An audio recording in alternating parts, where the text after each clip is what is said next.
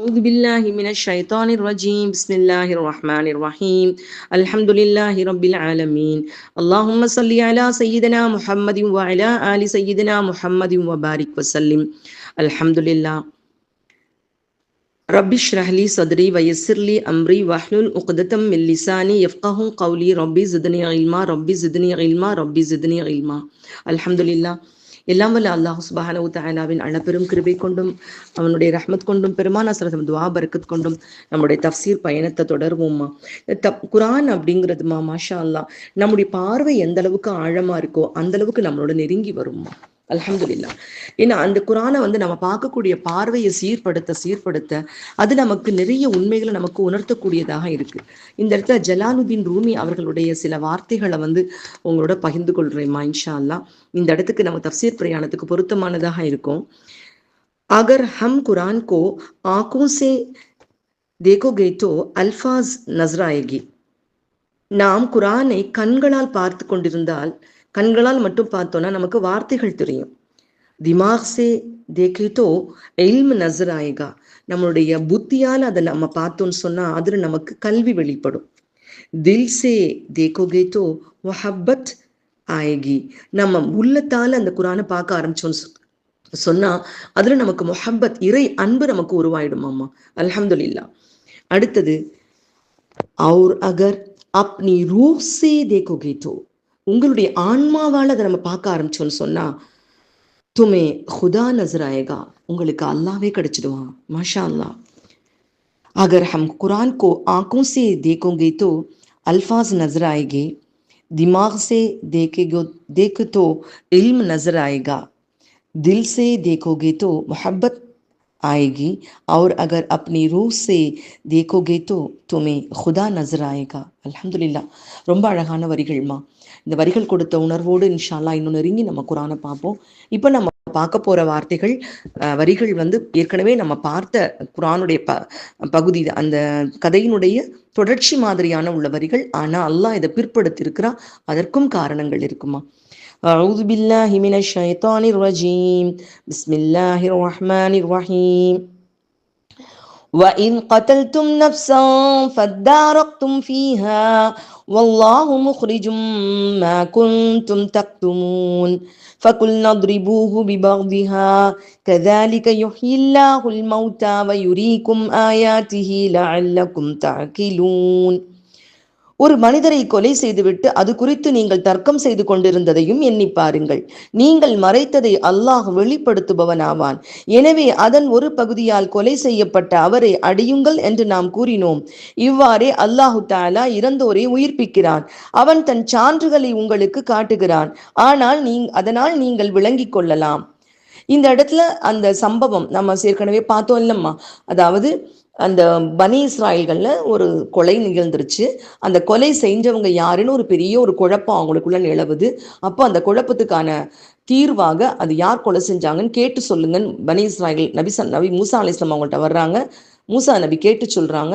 அதுக்கு அவங்க எப்படி அவங்க ரியாக்ட் பண்ணாங்க எல்லாமே நம்ம முந்தின பகுதியில பார்த்தோம்மா. அதுல இருந்து நிறைய படிப்பினைகள் பெற்றுக்கொண்டோம். இந்த சம்பவத்தை தான் இந்த வசனங்கள்ல அல்லாஹ் சுட்டி காமிக்கிறான் அப்படின்னு தஃப்சீர் இப்னு கஸீர் ஆசிரியருடைய பார்வையை நம்ம முதல்ல பார்த்துடுவோம்மா. அது குறித்து நீங்கள் தர்க்கம் செய்து கொண்டிருந்தீங்கன்னு குறிக்கிற சொல்றதுக்காக ஃபத்தாரக்தும் ஃபீகா அப்படிங்கிற சொல் இடம்பெற்றிருக்கிறது. அதுக்கு என்ன அர்த்தம்னா, புகாரி ரஹ்மத்துல்லாஹி அலைஹி அவங்க சொல்றாங்க, அதுக்கு பத்தி நீங்க சச்சரவு செஞ்சுட்டு இருந்தீங்க. ஒருத்தர் நான் இல்லை நீ இல்லை அப்படின்னு ஒரு பிரச்சனை நிகழ்ந்து கொண்டிருந்தது. நீங்க மறைச்சதை அல்லாஹு தாலா வெளிப்படுத்துவான் அப்படின்னு சொல்றப்போ மா தக்துமூன் அப்படிங்கிற வார்த்தையை அல்லாஹு தாலா உபயோகப்படுத்தியிருக்கா இந்த ஆயத்துல. இவனு முஜாஹித் ரஹமத்துல்லாஹி அலைஹி அவங்க சொல்றாங்க, இதற்கு நீங்க ஒளிச்சு வச்சத அப்படின்னு அர்த்தம். நீங்க என்ன ஒளிச்சு வச்சீங்கனாலும் கண்டிப்பா அல்லாஹ் வெளிக்கொண்டு வந்துருவான். முஸையிப் பின் ராஃபி ரஹமத்துல்லாஹி அலைஹி அவங்க சொல்றாங்க, ஒருவர் தம்முடைய இல்லத்துல 7வது அறைக்குள்ள மறந்து கொண்டு ஒரு நன்மையை செஞ்சானோ அதை அல்லாஹ் வெளிப்படுத்தாம விடமாட்டான். அவ்வாறே ஒருவர் 7வது அறைக்குள்ள மறைந்து கொண்டு ஒரு தீமையை செஞ்சானோ அதையும் அல்லாஹ் வெளிப்படுத்தாம விடமாட்டான். நீங்க மறைச்சதை அல்லாஹு தாலா வெளிப்படுத்துவன் அப்படிங்கிற இந்த குரானுடைய வார்த்தை இதை உண்மைப்படுத்துது. இது இடம்பெற்றிருக்கும் நூல் தஃப்சீர் இப்னு அபி ஹாத்திம். அந்த கொலை செய்யப்பட்ட மாட்டினுடைய ஒரு பகுதியை எடுத்து அடிங்க அப்படின்னு சொல்லிட்டு அல்லாஹ் சொல்லியிருக்கான். இந்த இடத்துல கொலை செய்யப்பட்ட மாட்டினுடைய எந்த பகுதின்னு அல்லாஹ் குறிக்கல, அது எந்த இடம்னு அல்லாஹ் குறிக்கல, அந்த மனிதர் யாருன்னு அல்லாஹ் குறிக்கல. நமக்கு தேவை கதை கிடையாது. அல்லாஹு தாலா நம்ம படிப்பினை பெற்றுக்கொள்ளணும் தான் குரானை கொடுத்துருக்குறான். அதனால இதை நப்சன் தான் சொல்லியிருக்கான். நப்சன் இன் கதல்தும் நப்சன், அவ்வளோதான். அது யாரு, அவங்க யாரோட பிள்ளை, என்ன காரணம், எதையுமே நமக்கு சொல்லலாமா. ஏன்னா நமக்கு அது தேவையில்லை. நமக்கு தேவை இதுலேருந்து என்ன படிப்பினை பெற்றுக்கொள்ளணும் தான். இதிலிருந்து ஏதாவது பயன் இருக்குதுன்னு இருந்திருந்தா கண்டிப்பா நமக்கு அல்லாத வெளிப்படுத்தியிருப்பான். அதெல்லாம் நமக்கு அல்லாஹு தாலா வெளிப்படுத்தல. அதே மாதிரி அல்லாஹு தாலா இறந்தவர்களை எப்படி உயிர்ப்பிக்கிறான் அப்படிங்கிறத அல்லாஹு தாலா இந்த இடத்துல அடுத்த ஆயத்துலம்மா யுரீக்கும் ஆயாத்திஹி லஅல்லக்கும் தஅகிலூன், அவனுடைய அத்தாட்சியை வெளிப்படுத்துறதுக்காக அல்லாஹ் இந்த நிகழ்ச்சியை நிகழ்த்தாட்டனே அப்படின்னு சொல்லிட்டு சொல்றான். அந்த அந்த பசுவுடைய ஒரு அங்கத்தை எடுத்து அந்த கொலையுண்டவர் மேல அடிச்ச உடனே அவர் எழுந்து யார் கொலை செஞ்சாங்க அப்படிங்கிறத சொல்லிட்டாரு. இவ்வாறாக அந்த பிரச்சனை சால்வ் ஆயிடுச்சு.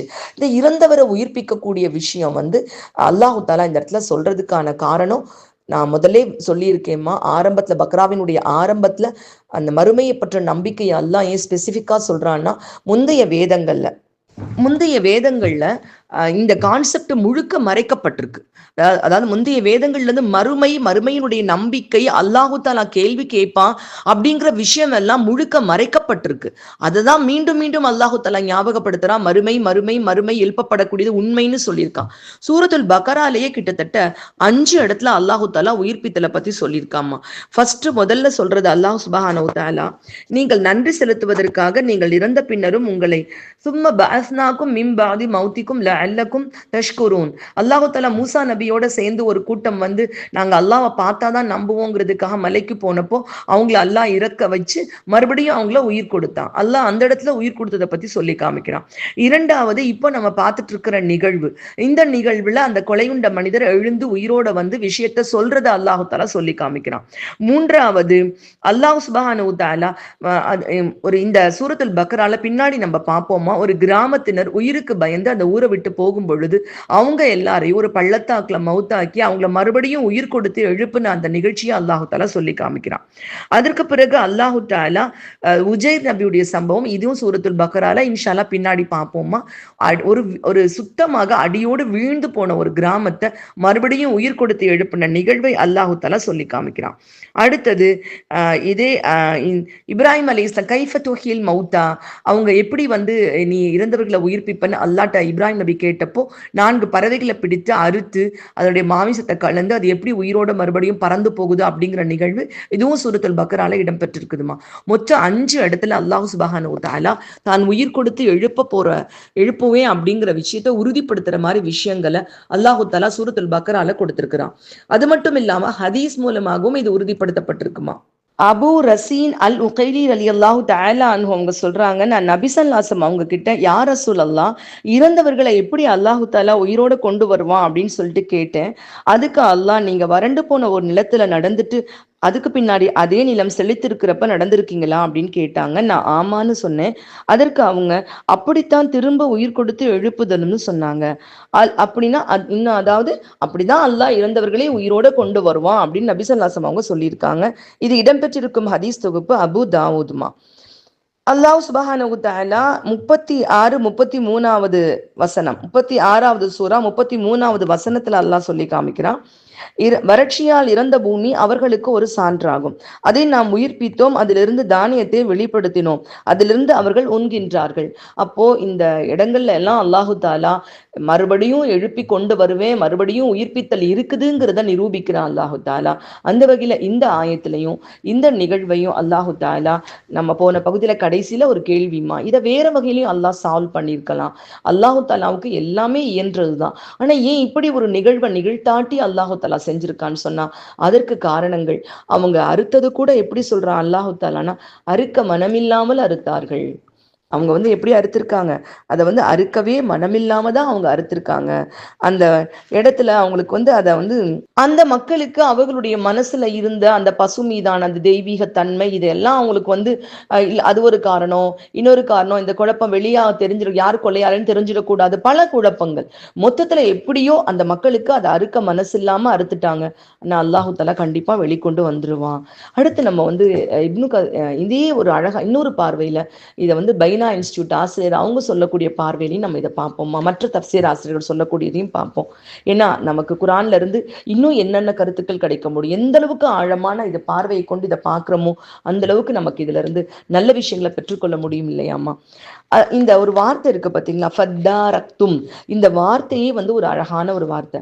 ஃபத்தார் இன்னும் சர்ஃப்ல பொறுத்தளவுக்கு ஒரு சர்ஃப் இன்னொரு வடிவத்தை அடையுதுன்னா ஒரு தீவிரத்தை காட்டும், இல்லை கூடுதலை காட்டும், ஏதாவது ஒரு அர்த்தம் வந்து நிச்சயமா கொஞ்சம் வித்தியாசமான அர்த்தத்தை காட்டும். ஃபத்தாரக்தும் ஆக்சுவலா ததார அப்படிங்கிற சர்ஃப் தான்.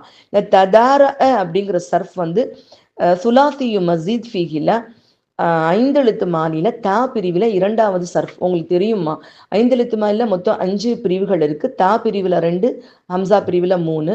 அதுல வந்து இரண்டாவது பிரிவில் தஃபாஅல அப்படிங்கிற வசன் அமைப்பை சேர்ந்தது. இந்த தஃபாஅல வசன் அமைப்புல இருக்கக்கூடிய சர்ஃப்ல ஃபா கலிமால மஸ்கூராவுடைய 11 லெட்டர்ஸ் 11 எழுத்துக்கள்ல ஏதாவது ஒன்று வந்துச்சுன்னா அது மாற்றங்கள் அடையும். அதாவது அதுல இருக்க தாவுடைய ஹரக்கத் போகும், ஃபா கலிமால இருக்கக்கூடிய ஒரு எழுத்து அங்க வரும், அதுக்கப்புறம் ஒன்னா இணையும். இப்படியான மாற்றங்களை அடைஞ்சிருக்குது. அது எப்படி மாற்றங்களை அடைஞ்சிருக்குங்கிறது உங்களுக்கு பின்னாடி போட்டோவும் வருமா. அது சொல்றேன், ததார அப்படிங்கிறதுல முதல்ல இருக்க தா போயிட்டு அது அந்த சுக்குன் வந்துட்டு அப்புறம் அடுத்து இருக்கக்கூடிய தாலை போல ஒரு எழுத்து வந்து அது ரெண்டும் ஜாயின் ஆனதுக்கப்புறம் இத்தார அப்படின்னு வந்திருக்கு. அப்புறம் அது முன்னாடி ஃப சேர்ந்து ஃபத்தார அப்படின்னு வந்திருக்கு. இதே நான் இங்க சொல்றேன்னா கண்டிப்பா ஒரு படிக்கக்கூடிய மாணவிகளுக்கு சர்ஃபை வந்து இது எப்படி வந்திருக்கு, ஏன் இந்த அர்த்தம் கொடுக்குது அப்படின்னு தெரியணுமா. ஏன்னா இந்த ஃபத்தாரங்கிறதுக்கு பைனா இன்ஸ்டியூட் ஆசிரியர் சொல்றப்ப என்ன சொல்றாங்கன்னா, இதனுடைய அர்த்தம் எவ்வளவு தீவிரமாயிடுச்சுன்னு சொன்னா, அந்த கொலை ஒரு பெரிய போர் சூழலை ஏற்படுத்திடுச்சு. ஒரு போருக்கு அரசன் தயாராக இருக்கக்கூடிய நிலையை குறிக்கக்கூடிய சர்ஃபாமா இது. அப்போ ஒரு போர் சூழல், அந்த ஒரு கொலை நடந்துருச்சு, நீயா நானா அப்படிங்கிறத 12 கூட்டம். ஏற்கனவே அவங்களுடைய குணங்கள் எல்லாம் நமக்கு தெரியும். அவங்களுடைய பேச்சுக்கு ஒரு தடவையாவது இந்த முன்னாடி இந்த பகுதியில பாருங்களேன், எனக்கு சொல்லணும் ஒரு யார சூழல்லாங்கிற வார்த்தை சொல்லலை மூசா. அதாவது ஈஸியா அவங்களுடைய நபியை வந்து அவங்க பேச்சையும் அவங்க கேட்க மாட்டாங்க. அதனாலதான் அது இன்னஹுன்னு திரும்ப திரும்ப அவங்க நபி சொல்றாங்க. ஏன்னா ஒரு நபி சொல்லும் பொழுது இதைத்தான் அல்லாஹ் சொன்னான்னு செய்ய சொல்லல, அந்த மக்களுடைய மனப்பாங்க அவங்களுக்கு தெரிஞ்சிருச்சு. அதனால இன்னல்லாஹ யஅமுருக்கும் இன்னஹு யகூலுன்னு மறுபடி நிச்சயமாக அவன் அல்லாஹ் தான் முற்படுத்துறாங்க. ஏன்னா அந்த நபிக்கு அவங்க வந்து மதிப்பு அவ்வளவுதான் கொடுத்திருந்தாங்கிற இந்த வார்த்தைகள்லயே நம்ம தெரிஞ்சு கொள்ள முடியுதுமா. அதே மாதிரி இந்த இடத்துல இந்த ஃபத்தாரங்கிற வார்த்தையும் நமக்கு இதுல வந்து நமக்கு நிறைய விஷயங்கள் விளங்குதுமா. அதாவது இந்த வசனத்தை அல்லாஹ் பிற்படுத்தினதுனால காரணம் என்ன, இந்த இடத்துல அல்லாஹ் சுப்ஹானஹு வ தஆலா முன்னாடி கதையை ஆரம்பிக்கிறப்ப தலைப்பை சொல்லியிருக்கலாம்ல, கத்தல்தும் இதன தலைப்புமா, என்ன நடந்துச்சுங்கிறதுன்னு தலைப்பு. ஆனா அதுக்கான தீர்வை தான் அல்லாஹ் முன்னாடி கொண்டு வந்திருக்கான். என்ன காரணம், கதை சொல்றது அல்லாஹ்வுடைய நோக்கம் இல்லை. நமக்கு தேவை படிப்பினைகள் தான் நமக்கு தேவை. முக்கியமா அந்த கொலை சால்வானாதான் அங்க உள்ள குழப்பம் நீங்கும். அது கத்ல விட கொலையை விட அல் ஃபித்னத்து அஷத்து மினல் கத்ல், குழப்பம் செய்வது கொலையை விட மிக கடுமையானது அல்லாஹுடைய பார்வையில, குரானுடைய பார்வை அல்லாஹ் சொல்லியிருக்கிறது. அப்போ அந்த குழப்பத்தை முதல்ல தீக்கணும். அந்த குழப்பத்துக்கான தீர்வை சொல்லிட்டு தான் அல்லாஹ் கதையுடைய தலைப்பை சொல்றான். ஒரு மனிதனை இஸ்லாம் குரான் சொல்றது, ஒரு மனிதனை தேவையில்லாம கொலை பண்ணிட்டா ஒட்டுமொத்த மனிதர்களையும் கொலை செய்ததற்கு சமம்னு காட்டக்கூடியது நம்முடைய மார்க்கம். அப்போ முதல்ல அந்த கொலைக்கான தீர்வு அல்லாஹ் சுப்ஹானஹு வ தஆலா சொல்றான். ஏன்னா சூழல் அப்படின்னு ஃபத்தாரக்தும் மா அன பல்ஹுவ, நான் இல்ல அவன் அப்படின்னு கை காட்டக்கூடிய ஒரு நிலைமை, திட்டமிட்டு பழி போடப்பட்டு கொண்டு இருக்கிறது. இதுல பயங்கரமான ஒரு வெறி உண்டாயிடும். இதனால பெரிய ஒரு குழப்பம் அவங்களுக்குள்ள நிகழலாம். ஏற்கனவே பாலைவனத்துல அலைஞ்சுக்கிட்டு இருக்காங்க. அவங்க சமாளிக்க வேண்டிய பிரச்சனைகள் நிறைய இருக்கு. இன்னும் அவங்க இலக்க போய் அடையல. இந்த சூழ்நிலை இந்த பிரச்சனை பெருசானா மேற்கொண்டு குழப்பங்கள் ஜாஸ்தி ஆயிடும். அதனால தீர்வு அல்லாஹ் சுப்ஹானஹு வ தஆலா முன்னாடி சொல்லியிருக்கான். இந்த ஃபத்தாரங்கிற வார்த்தை அந்த தீவிரத்தை, அவங்க எவ்வளவு தீவிரமான ஒரு சூழ்நிலையில இருந்தாங்க அப்படிங்கிறத குறிக்குதுமா. அதே போல அல்லாஹ் சுப்ஹானஹு வ தஆலா ஃபத்தாரக்தும் ஃபீஹா வல்லாஹு முஹ்ரிஜுன்னு சொல்லியிருக்கான். அல்லாஹ் முஹ்ரிஜுன், வெளிக்கொண்டு வரக்கூடியவன். இந்த முஹ்ரிஜுன்கிற வார்த்தை இந்த சூராவுக்கு புதுசு கிடையாதுமா. நிறைய இடங்கள்ல அல்லாஹ் வெளிப்படுத்துகிறேன் ஏற்கனவே அல்லாஹ் 3 இடத்துல சொல்லியிருக்கான். அஹ்ரஜ பிஹி மினஸ் ஸமராத், அதுல இருந்து பழங்களை அல்லாஹு தஆலா வெளிக்கொண்டு வர்றான். யுஹ்ரிஜ் லனா, அதான் யுஹ்ரிஜ் லனா, நமக்கு அல்லாஹு தஆலா வெளிப்படுத்துகிறான். அது அடிக்கடி வருமா, பக்ராலே திரும்ப திரும்ப வரும். ஏற்கனவே நம்ம ஒரு தடவை படிச்சுட்டோம், இது மறுபடியும் வந்து கொண்டே இருக்கும். யுஹ்ரிஜு மின்ஹுல் மா, அதுல அதிலிருந்து அல்லாஹு தஆலா தண்ணீரை வெளிப்படுத்துகிறான். இங்கெல்லாம் யுஹ்ரிஜு அஹ்ரஜ அப்படின்னு சர்ஃப் வினைச்சொல் தான் பயன்பட்டிருக்கும். ஆனா இந்த இடத்துல முஹ்ரிஜுன் அப்படின்னு பெயர் சொல்லி அல்லாஹ் கொண்டு வந்திருக்கான். இங்கேயும் அல்லாஹு தஆலா யுஹ்ரிஜுல்லாஹு அஹ்ரஜல்லாஹுன்னு சொல்லியிருக்கலாம். அஹ்ரஜல்லாஹு அல்லாஹ் வெளிப்படுத்தினான்னு சொல்லியிருக்கலாம் சர்ஃபை கொண்டு. ஆனா அதை சொல்லாம அல்லாஹ் முஹ்ரிஜ் அப்படின்னு ஏன் சொல்லியிருக்கான்னு சொன்னா, continuously bring out the truth அப்படிங்கிறாங்கம்மா. அது தொடர்ச்சியாக நம்ம என்னென்னத்தை நீங்க மறைக்கிறீங்களோ, நீங்க ரசூல் ஸல்லல்லாஹு அவங்கள மறைச்சீங்க, எது எதெல்லாம் நீங்க மறைக்கிறீங்களோ, மறுமையை மறைச்சீங்க, நீங்க மறைக்கக்கூடிய அத்தனை விஷயங்களையும் தொடர்ச்சியாக அல்லாஹ் வெளிக்கொண்டு வந்து கொண்டே இருப்பான். அது அன்னைக்கு மட்டும் இல்லாம இன்னைக்கும் அது பொருத்தம். நாம எதை மறைக்கணும், மார்க்கத்துல நேரிய வழிகளை மறைக்கணும் நம்ம நினைச்சா அல்லாஹ் நிச்சயமாக வெளிக்கொண்டு வருவான். அவன் முஹ்ரிஜாக இருக்கிறான். தொடர்படியாக என்னாலும் உண்மைகளை மக்கள் மறைக்கும் பொழுது அதை வெளிக்கொண்டு வரக்கூடியவனாக அல்லாஹ் இருக்கிறான். அதை குறிக்கிறதுக்கான முஹ்ரிஜ் அப்படிங்கிற இஸ்மு அங்க பயன்படுத்தப்பட்டிருக்கு அப்படின்னு சொல்றான். பொதுவாகவே குர்ஆன் எப்படிப்பட்டது, நாம அல்ஹம்துலில்லாஹ் இந்த இடத்துல சொல்றாங்க, அது மற்ற புத்தகங்கள் எல்லாம் ஒரு சப்ஜெக்ட் படிச்சு முடிச்சிட்டோம், நம்ம அவ்வளவுதான், அதை மூடி வச்சிருவோம். அந்த ஆசிரியருக்கும் நமக்கும் உள்ள கனெக்ஷனும் அவ்வளவுதான், அதுக்கப்புறம் வேற கிளாஸ் போயிடுவோம், அப்படியே போயிடும். ஆனா குர்ஆன் அப்படி கிடையாதுமா. குர்ஆன் அப்படி கிடையாது. குர்ஆனும் அந்த குர்ஆனை நமக்கு அல்லமல் குர்ஆனான அல்லாஹும் கற்றுக் கொடுத்த ஆசிரியர் அல்லாஹும் கண்டினியூஸா தொடர்படியாக நமக்கு உண்மைகளை சொல்லிக்கொண்டே இருக்கக்கூடிய ரெண்டுமே மாஷா அல்லாஹ். அல்லாஹும் சரி, குர்ஆனும் சரி. குர்ஆன் மூலமாக அல்லாஹு தஆலா கண்டினியூஸாக தொடர்படியாக எப்பொழுதெல்லாம் அதை கையில் எடுக்கின்றோமோ அப்பொழுதெல்லாம் ஆசிரியனும் வந்து விடுகிறான். மாஷா அல்லாஹ். நான் முதல்ல சொன்ன மாதிரி रूह से देखेंगे तो रूह से कुरान को रूह से देखे நம்ம தேக்கித்தோ நம்ம வந்து உயிரால பார்த்தோம்னா கண்டிப்பா ஹுதா நசர் ஆயேகி. நமக்கு அல்லாஹ் நம்ம கண்ணில் முன்னாடி வருவான். அல்லாஹ் நமக்கு தெரியுமா? அல்ஹம்துலில்லாஹ். அப்போ அந்த அல்லாவும் சரி, ஆசிரியனான அல்லாவும் குர்ஆனும் நம்மளை மற்ற புத்தகங்கள் மாதிரி சப்ஜெக்ட் முடிஞ்சிருச்சு மூடி வைப்போம், அவ்வளவுதான், டீச்சருக்கும் நமக்குள் தொடர்பு முடிஞ்சு போச்சுன்னு சொல்லக்கூடியது கிடையாது. நம்முடைய ஆயுள் முழுக்க எப்போ நம்ம குர்ஆனை எடுத்தாலும் ஆசிரியனும் நமக்கு நம்ம தொடர்பு படுத்திடும், நம்ம குர்ஆனும் நமக்கு வழிகாட்ட வந்துடும். எப்பொழுதுமே நம்மை பிணைத்து கொண்டே இருக்கும் அது ஆசிரியனோடும் நேர்வழியோடும். மாஷா அல்லாஹ். அப்படிப்பட்ட தன்மை குர்ஆனுக்கு இருக்குமா. அடுத்தது இதுல வரக்கூடிய வார்த்தை ஃபகுல் நத்ரிபூஹு. அல்லாஹ் இதை அடிக்க சொன்ன வார்த்தை ஏற்கனவே 2 தடவை படிச்சுட்டோமா. நம்ம முதல் அடி வந்து அடிச்சு சொன்னது இதுரிபி அசாக்கல் ஹஜர், கல்லை அடிங்க அப்படின்னு சொல்லிட்டு சொன்னா அல்லாஹு தாலா. அந்த கல்லை அடிச்சது வந்து அடிச்ச உடனே 12 கூட்டத்துக்கும் தண்ணி கிடைச்சிச்சு. அதுக்கடியில் மூசா நபி அலைஹிஸ்ஸலாம் வந்து எப்படி அந்த சமுதாயத்தை பாதுகாத்தாங்கிற வரலாறு பார்த்தோம். கடலை அடிச்ச உடனே கடல் பிளந்துச்சு, அந்த சமுதாயத்தை எல்லாம் வெளிக்கொண்டு வந்தாங்க. ஒவ்வொரு அடித்தல்லையும் உயிர்ப்பித்தல் இருந்துச்சு, வாழ்க்கை இருந்துச்சு. முதல்ல அடித்தல்ல கல்லில் அடிச்ச அந்த அடித்தல்ல அந்த சமுதாயத்துக்கு தேவையான தண்ணீர் கிடைச்சிச்சு, அவங்க வாழ்க்கைக்கு வழி பிறந்துச்சு. அதே மாதிரிமா அவங்க கடலை அடிச்சாங்க, ஒரு லட்சக்கணக்கான மக்கள் வெளியேந்தி வாழ்வதற்கான, கண்ணியமாக வாழ்வதற்கான வழி கிடைச்சிச்சு. அதே மாதிரிதான் இப்போ அல்லாஹு தாலா அடிக்க சொன்ன அடி, மூசா நபி அடிக்க சொன்ன அந்த அடி, மூசா நபி மூலமாக அல்லாஹ் அந்த பசுவினுடைய இறைச்சி துண்டை எடுத்து அடிக்க சொன்னானே, அந்த அடியிலும் அந்த மக்களுக்கான தீர்வு ஹயாத் இருந்தது. அதுதான் சொல்றாங்க, அதாவது கசாஸ்ல நம்மளுடைய சட்டம் இருக்கு பார்த்தீங்களாமா, அந்த பழிவாங்குதல் சட்டத்துல ஹயாத் இருக்கு, ஹயாத் இருக்குன்னு குர்ஆன் சொல்லுது. அதுக்கு இது ஒரு உதாரணமாவே சொல்லலாம். இந்த சட்டத்தை நிறைவேற்றும் பொழுது ஒரு ஹயாத் நிகழ்ந்துச்சு, அங்க உயிர்ப்பித்தல் நிகழ்ந்துச்சு.